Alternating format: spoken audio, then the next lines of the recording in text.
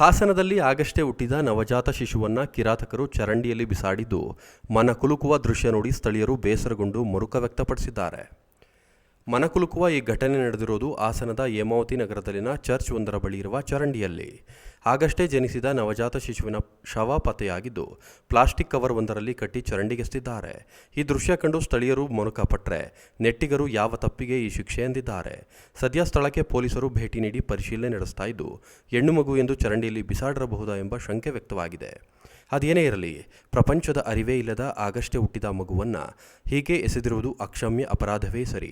ಸರ್ಕಾರ ಇದರ ಬಗ್ಗೆ ಅದೆಷ್ಟೇ ಜಾಗೃತಿ ಮೂಡಿಸಿದ್ರೂ ದುರುಳರು ಈ ರೀತಿಯ ಕೃತ್ಯ ಎಸಗಿದ್ದು ತಮ್ಮ ಕಾಮ ತೃಷೆ ತೀರಿಸಿಕೊಳ್ಳಲು ಕಾಮ ಪಿಶಾಚಿಗಳು ಮಾಡಿದ ತಪ್ಪಿಗೆ ಹಸುಗೂಸಿಗೆ ಶಿಕ್ಷೆ ನೀಡಿರೋದು ಎಷ್ಟು ಸರಿ ಹೇಳಿ.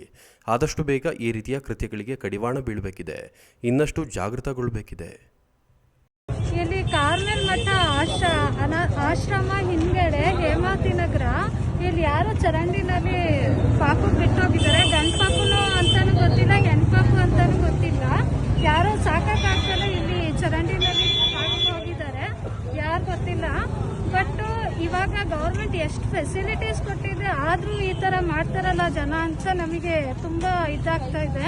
ಇಲ್ಲೆಲ್ಲರೂ ಜನ ನೋಡೋರೇ ಇರೋದು, ಬಟ್ ಯಾರು ಈ ಥರ ಮಾಡಿದ್ದಾರೆ ಅಂತ ಗೊತ್ತಿಲ್ಲ. ಪಬ್ಲಿಕ್ ರೋಡಲ್ಲಿ ಈ ಥರ ಚರಂಡಿನಲ್ಲಿ ಬಿಸಾಕ್ ಹೋಗಿದ್ದಾರೆ.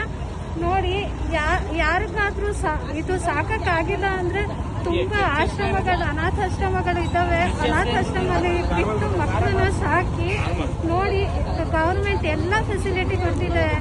ಆರೋಗ್ಯಕ್ಕೆ, ಸ್ಕೂಲಿಗೆ, ಎಂತ ಆದರೂ ಎಲ್ಲ ಫೆಸಿಲಿಟಿ ಕೊಟ್ಟಿದೆ. ಬಟ್ ಯಾರು ನೋಡಿ, ಮಗುಗೆ 6 ತಿಂಗಳು 7 ತಿಂಗಳು